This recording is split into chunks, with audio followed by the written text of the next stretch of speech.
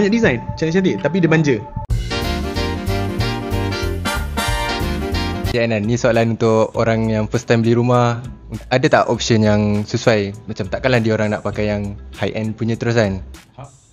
Okay, so dalam dunia hartanah ni dunia property kan, of course dia akan relate juga dengan hiasan dalaman. So macam stone ni saya faham, macam tadi saya mention tu consider macam medium to high end punya ni kan. So sesuai untuk yang on stay.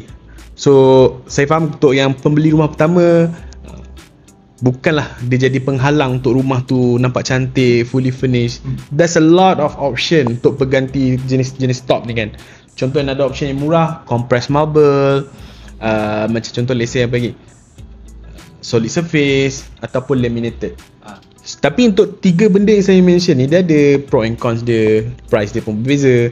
Tapi jarang lah orang pakai solid surface dengan laminated, sebab solid surface ni satu dia is plain colour kan kebanyakan, and then dia punya ketahanan tu tak berapa tahan lah. And also laminated, kalau macam contoh IKEA most of it kadang-kadang top dia pakai laminated juga, tapi laminated ni dia tak tahan. Kita tahu tak tahan panas, kalau kena air tak boleh kena air, boleh lah kena air tapi mungkin ada kembung lah, so consider tak boleh. So another option yang saya suggest, compressed marble. Kalau compressed marble ni Aziz kan, kalau saya boleh ceritakan dari segi perbezaan harga lah, sintered stone dengan compressed marble ni, compressed marble harga dia boleh dapat half. Tapi compressed marble ni kebaikan dia pula banyak design, cantik-cantik, tapi dia manja. Kalau contohlah kita ambil ketebalan of the solid compressed marble tu kan, dia punya corak tu few percent je on top.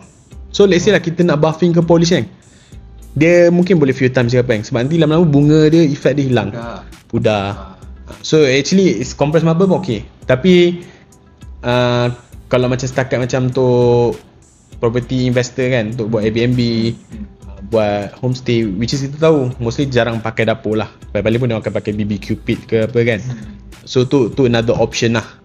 Itulah a few option untuk tabletop yang kita ada, yang you guys boleh decide lah which one nak pakai. Setiap benda ada jurang perbezaan harga yang berbeza, dan setiap benda ada pro and cons masing-masing.